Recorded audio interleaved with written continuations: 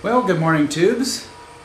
Been a while since I made a video, probably a good 3 weeks, I think. Last one we did was the Bronco video. That one, I recorded that about 3 weeks ago, 3.5, I think, something like that. And I kind of got a cold / COVID. At least it came back positive, the test that I had to take. So I've been recovering from that, which really wasn't too bad. It was just pretty much a normal cold, but I'm kind of back to normal now. So I have some stuff we're gonna go over here in a minute. In today's video, we're working on the Junkyard truck. If you guys have been following along, I have mentioned a few times that me and Dad are planning on doing the Gambler 500. We're taking the Junkyard truck, but I have a bunch of stuff on the way for it, and I have a few things already, but I have I have a pretty expensive shopping cart that just got, yeah, the trigger was pulled, so it's on its way. We got lots of cool stuff. I've got a whole air compressor, onboard air kit coming, and I've got a switch panel thing for running accessories and whatnot, new shocks, we got all new ball joints, steering components, and stuff like that. Got lots of cool stuff for it. What we're doing today is we're gonna install this. My friend Scott actually bought this for his truck, and well, he decided he wasn't going to use it, so he gave it to me, because I'm going to be helping him with a solid axle swap on his blue Ford. We got videos on that coming up. So I have that for the Junkyard truck. I've got a box of stuff here. When I did the twin traction beam swap, I couldn't get these bushings to fit. I have a way to get this to fit. This is something we're going to put on when we rebuild the front suspension. I have some glow shift gauge stuff. Let's see, what gauge is this? Volts. Got a voltmeter. I have a light bar that's going to go on the front. This has been sitting around for months. Bought it for someone else's rig and we never put it on. This is the same deal I got on my other Ford truck. Gonna run that. I got, well, I was ready to take a look at this, but I got a oil pressure gauge, and this one's nice because it has a digital input. I don't like the mechanical setups. Let's see. This one here is water temp. So we got that. So I have 3 gauges there, and there's another one. And another one of these pods I'm going to be ordering, or actually I've already ordered, it's on its way, but it does air pressure, not boost or vacuum, but it does 2 forms of pressure, or 2, it can do 2 different readings. And so it's pretty cool because you can have pressure on like your air tank, which is what I'm going to do, and then your other pressure is what your airbags are at. So we have some gauges to install. I'm gonna try and do these today if I got time. The other thing, also, thank you, Scott. He's doing a disc brake conversion kit, and it just so happens that the Junkyard truck needs a little bit of attention on the rear brakes. So I'll probably do that at the end of this video. So we got a couple things going on. We need to replace the brake hardware.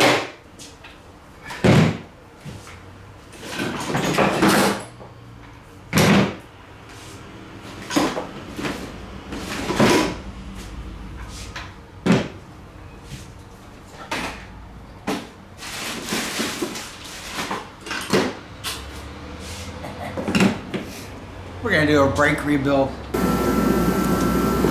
Well, I gotta take the wheel off to give us better access to all the goodies we're gonna have to get into. But one problem I'm having with this truck is that wheel is almost locked up. I'll show you why.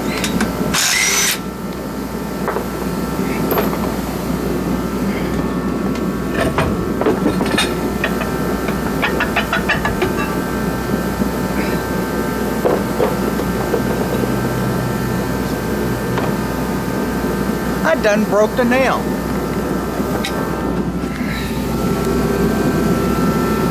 This is why this wheel's locking up. You see how there's a gap right there? Well, yeah, the spring broke. So I've got a whole hardware kit. We're gonna pull all this stuff off. I got some nicer shoes we're gonna throw on here. I think these are a little burnt up from, I mean, they stunk. And yeah, I know I've got air shocks back here, but you know, they're only good for so much weight, and the angle that they're at, it's not ideal. So that's why we're putting airbags in. Yep, that'll be better for the shock mounts. We don't want to break our shock mounts with. Oh, I had this thing loaded pretty dang good.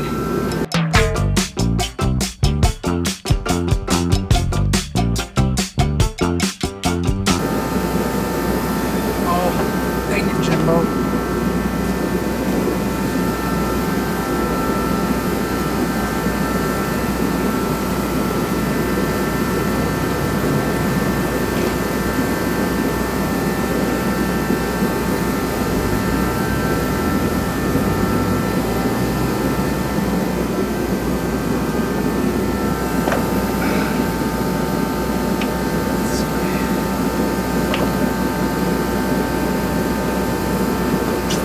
Let's see if these are done right. I always forget how these go on. This is the long shoe. This is the short shoe.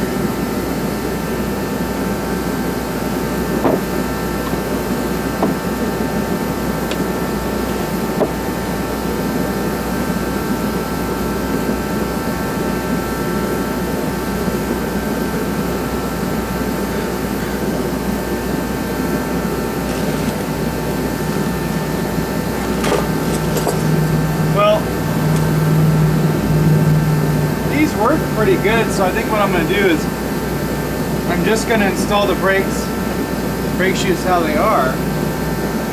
This one matches up.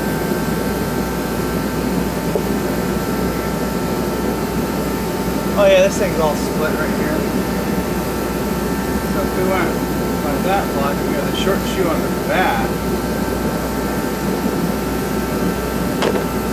And then there's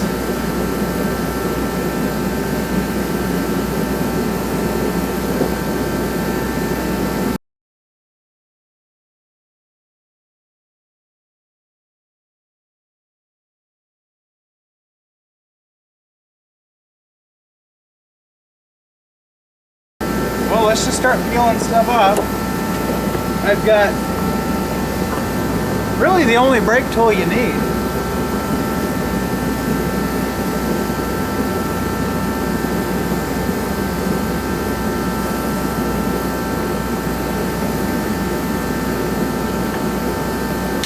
Ow!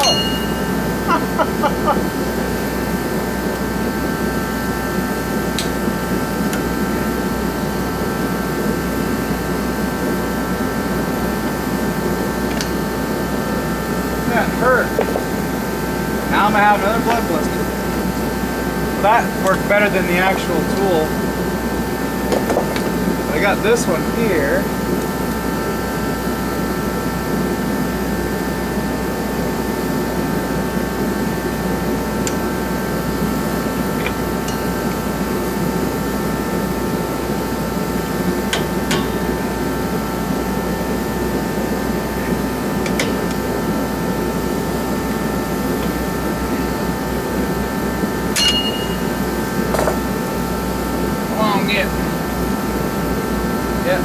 broke.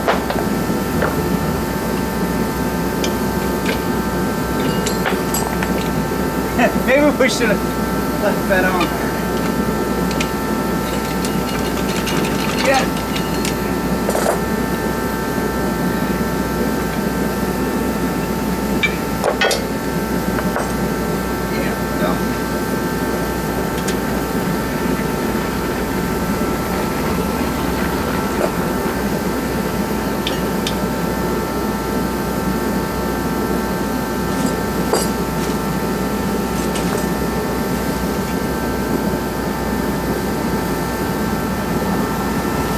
Get new springs for that too.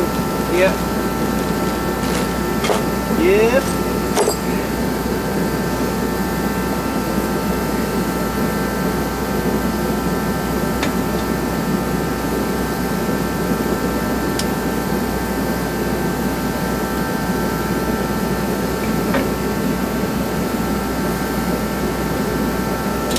So what I did is I just push on it, grab the pin in the back and turn it. Way easier. I'm gonna go turn my heater off. So if you haven't done drum brakes before,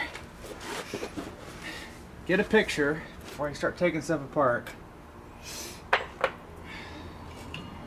For me, I've been into these a million times. I pretty much know how it goes, except I keep forgetting which direction the shoes need to go. Yeah, these are heat cracked. Okay, if I'm looking at this picture correctly,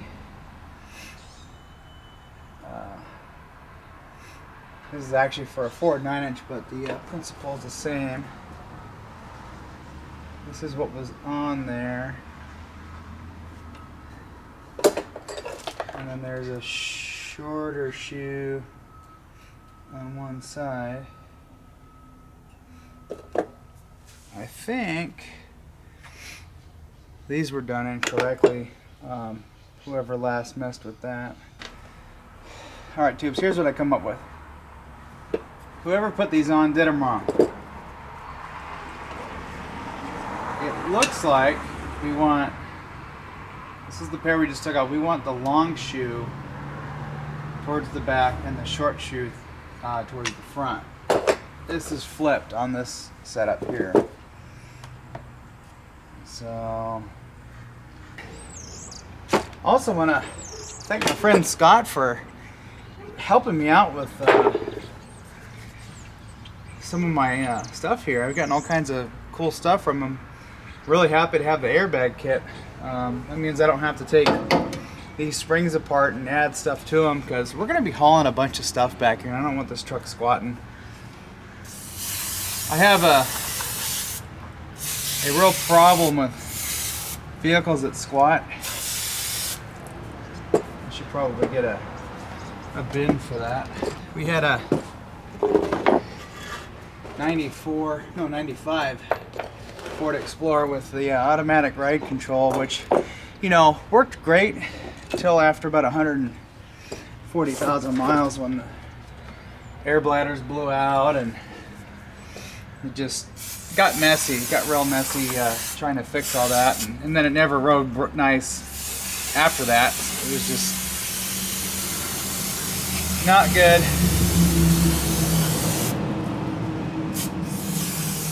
But it sagged really bad because it had, you know, special springs, and you know, the air ride kind of made up for the softness, and like it wasn't good. So ever since then, I've had this, like, I guess scar. Yeah, a scar. A phobia of sagging suspension.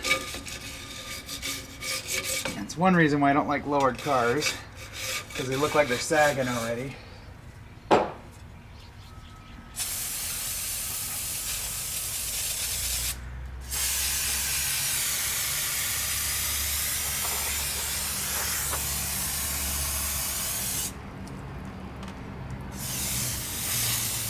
Just really douche her down, you know.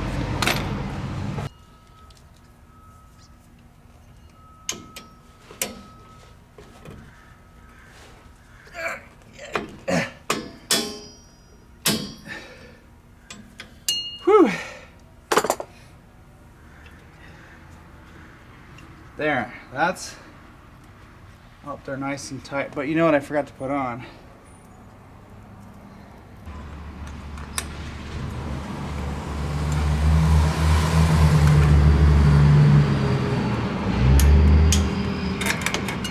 There we go.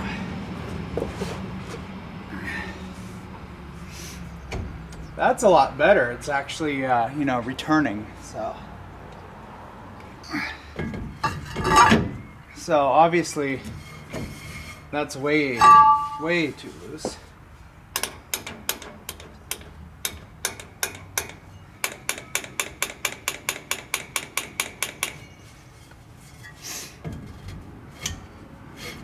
Oh.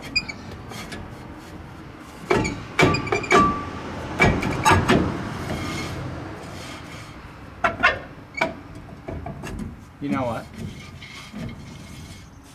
I'm leaving it at that. All right, let's get to the part where it really matters.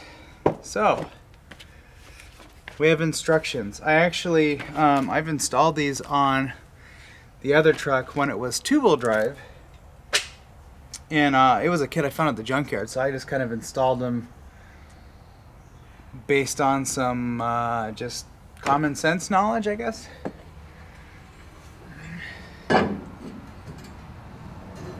It basically, probably have to cut that plastic down or not. We want to mount it somewhere in here. This part lands on a flat part of the frame, same up here. And then we have 6 holes to drill. You know, brain fart. Once upon a time, Eric the car guy, I think, did a little video on like a response to someone's nagging about how you shouldn't jack the axle by its pumpkin, or jack the vehicle up by its pumpkin. Well, you know, that axle is made to handle weight. Every time your car is on the ground, the weight of the vehicle is putting pressure or tension on the center of that axle, so it's designed to handle weight. So right here in the instructions, they're like, yeah, jack it up by the pumpkin, because they know what they're doing. It's fine.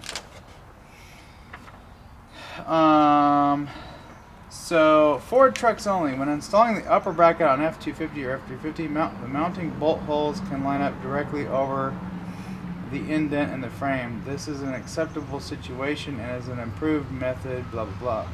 Torque the mounting, okay, do not overtake, whatever.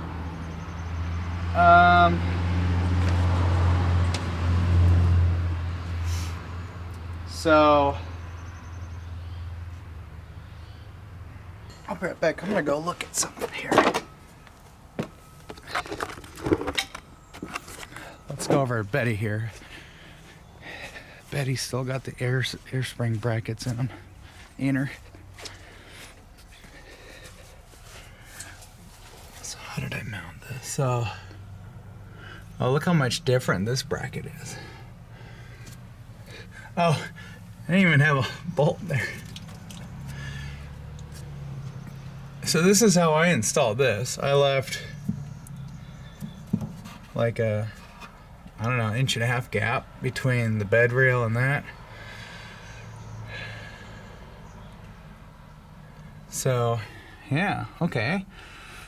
Here's what we'll do. We're gonna take one of these. Yeah, roll plate like that. We're going to use all the hardware they supply.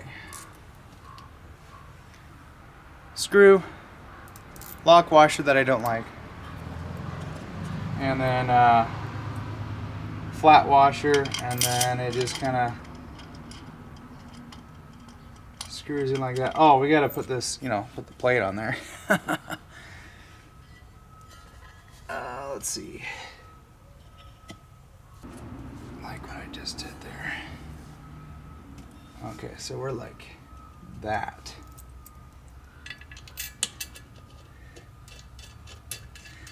What I'm gonna do here is, so we're at ride height. I would like to set this up so that maybe it's a little compressed. Not sure.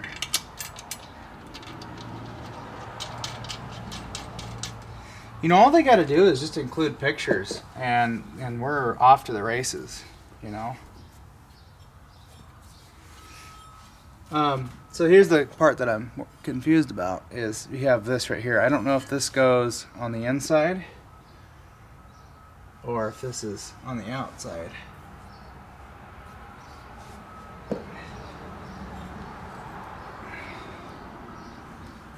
I kind of would like to think that it does go on the outside. And we've got to put another roll plate on here.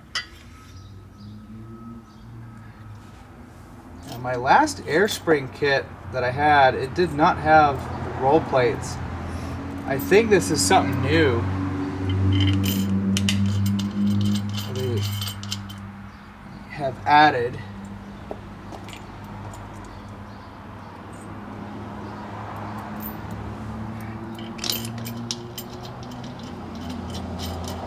Of course, I'm not tightening any of this down just yet until we figure out where we need to be. I just want to see how this all sits in there. So as you saw with the other bracket, I had it like pretty much like that.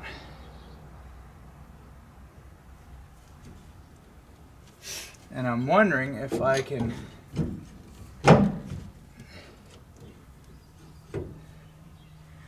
use this one hole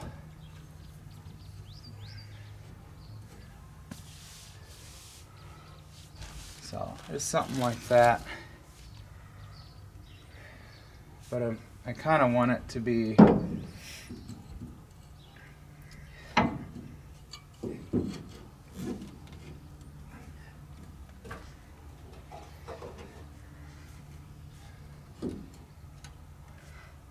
something like that. So we're really only going to be able to do these two holes here, and then we can do these three here. We're going to be right in the way of our spare tire carrier. I think it's going to be something like that, to be honest. So I'm not smart enough to deal with instructions, but what I'm going to do is install this based on my last experience. So what really needs to happen here is this spring needs to be perfectly straight up and down, and then also not in or out. It needs to be like just perfect, which is kind of what I got here. I'm a little off of the center of the axle here. We could probably move it. Yeah, that should be good right there. I'm using one of the supplied spacers right here to level this out, and it's like perfect now. But this top bracket needs to come down because in the instructions it says the distance between this, and I'm assuming at ride height, needs to be between 5 and 7 inches. Right now we're almost 7.5. We're like 7 1/4. So what I think I'd like to do is have it come down at least a couple inches, have this be down here. And of course there's brake lines right there, so we have to be careful with how we drill. So what I'm thinking I'm going to do is I'm going to bolt this down here just so it doesn't slide around on me, and then we're going to pull this down. We'll put wood in between the bed and this bracket, and we'll get it down to where we need it, and then we can mark the holes and we can carefully drill them out. that's how I'm installing it. It's really fairly straightforward. So yeah. So for the back here, I don't need a spacer here, so we can use this.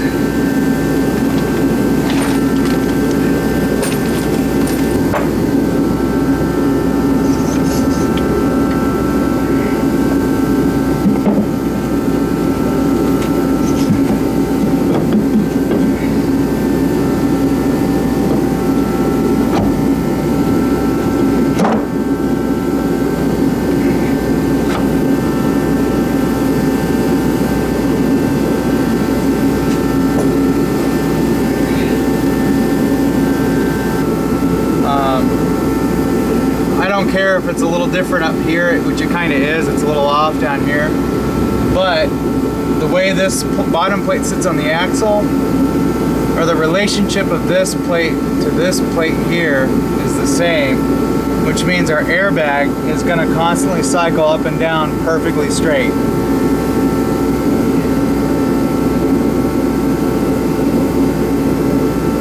And then on our final assembly, when we go to tighten all this stuff down, what we want is, we want to make sure that this is perfectly centered top and bottom going this way.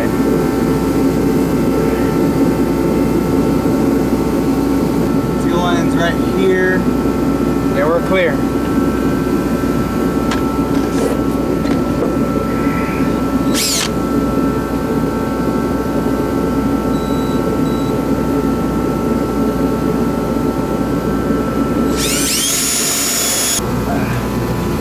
How we did here.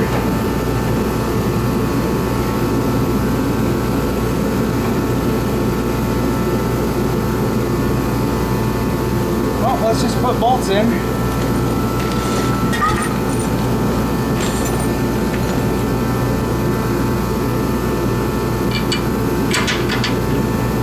Got that one in there. That one went in.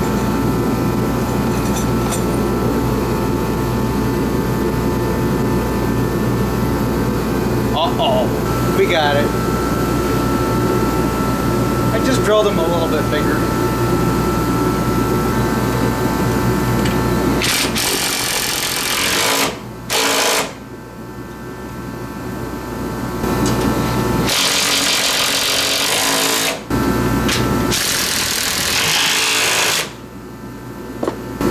Get off of there. My socket's stuck.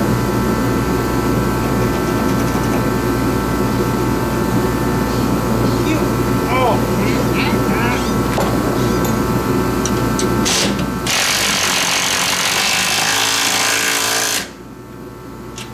Pretty happy with how the airbag's looking, so doesn't need to be perfect, just, you know, for about 6 3/4.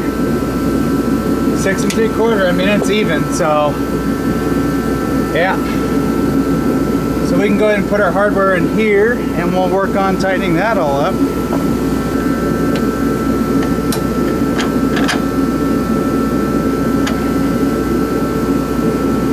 I'm gonna put the washers, you know, on the correct way. Rounded edge up top.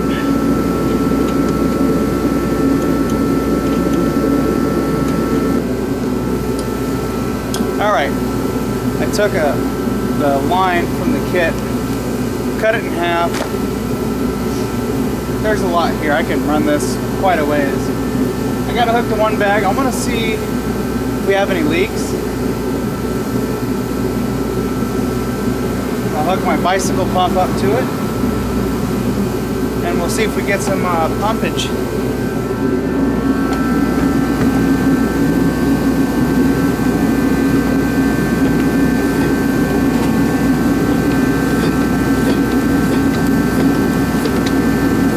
We got 10 psi so far.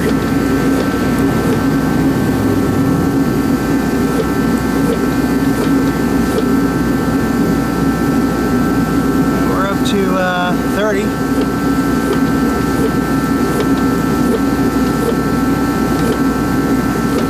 Oh yeah.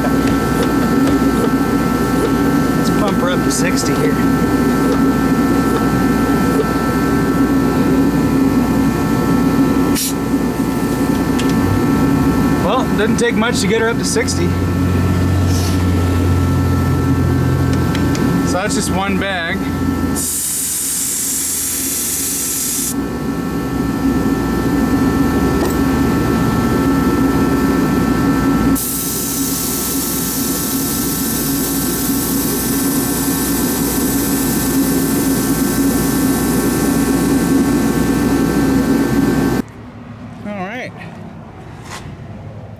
I got them both filled up with 60 psi. I'm gonna get my soapy water and just check my fittings of the bags. So far I don't hear anything. This bracket could come up just a tiny bit. I made the holes a little bigger on the frame, so I do have some adjustment if I need to do that later. I was thinking about actually loosening the bolts up and just let the pressure from the bag just straighten itself out. I'm gonna get my angle grinder, nip off these ends since this is in now.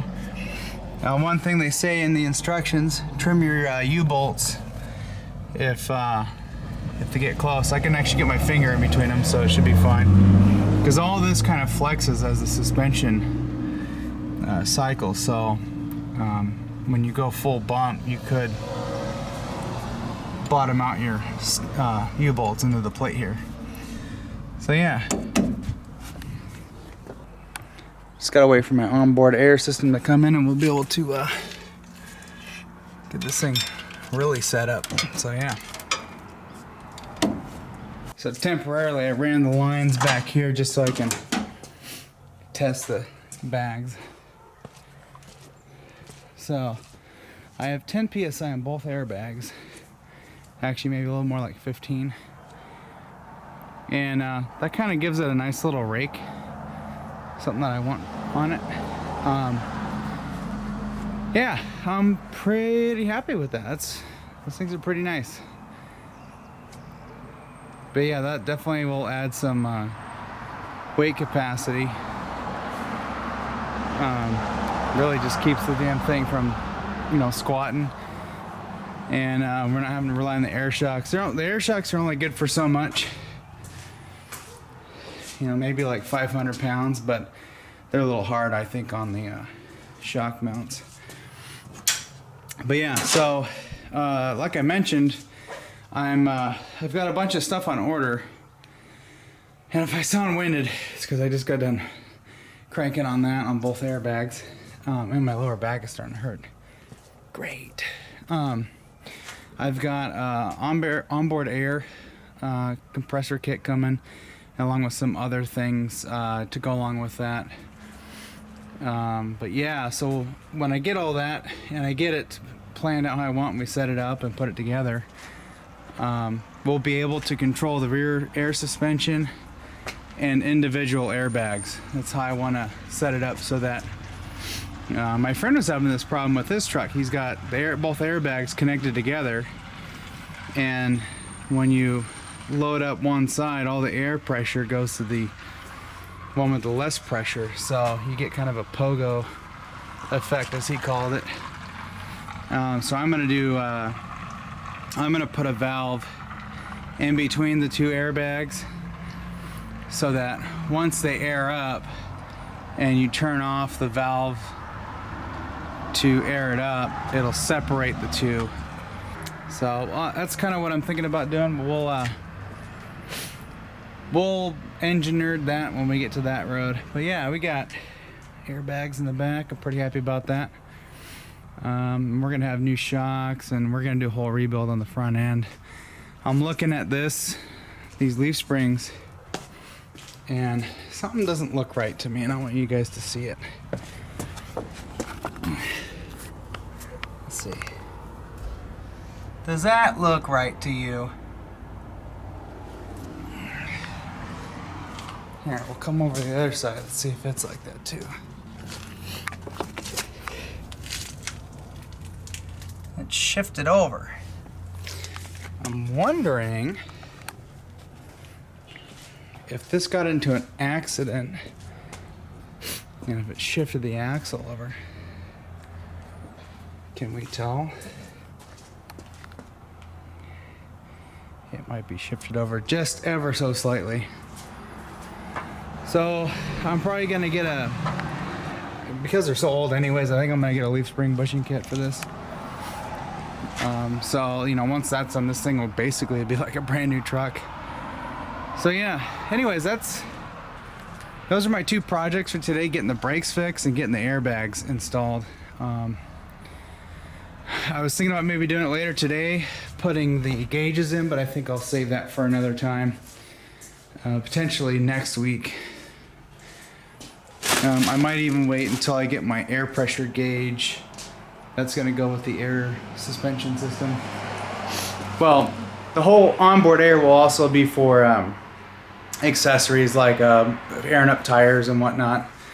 So I want to wire all my gauges in one shot so it's just clean, not overlaying nothing, and you know, I just want to make it clean. So anyways guys, that's gonna be it for this video. I'm glad I was able to make a video and get something out for you guys. I hate not posting stuff. I like posting videos. But yeah. No phone calls on the drive shaft yet, so I know they were pretty busy. So I can't really drive this thing yet until we get that rear drive shaft. So once we do, then we'll be able to give this thing a maiden voyage, but that may not even happen until we do the suspension and whatnot. So just hold your britches. I haven't even finished in here yet. I've got some quarter panel trim to go in here. That's gonna be part of our sound system deal. Oh, you know what I forgot to do? I forgot to lob off those U-bolts. Damn it, I got too excited. Did I forget to cut them off? Yep, I did. Oh wow. I'll do those later. I don't really feel like jacking it back up. Yeah, anyways, gotta go. Enough blabbing. And yes, it'll be getting new tires. I'll probably do that when I get the steering alignment done. Alright guys, bye.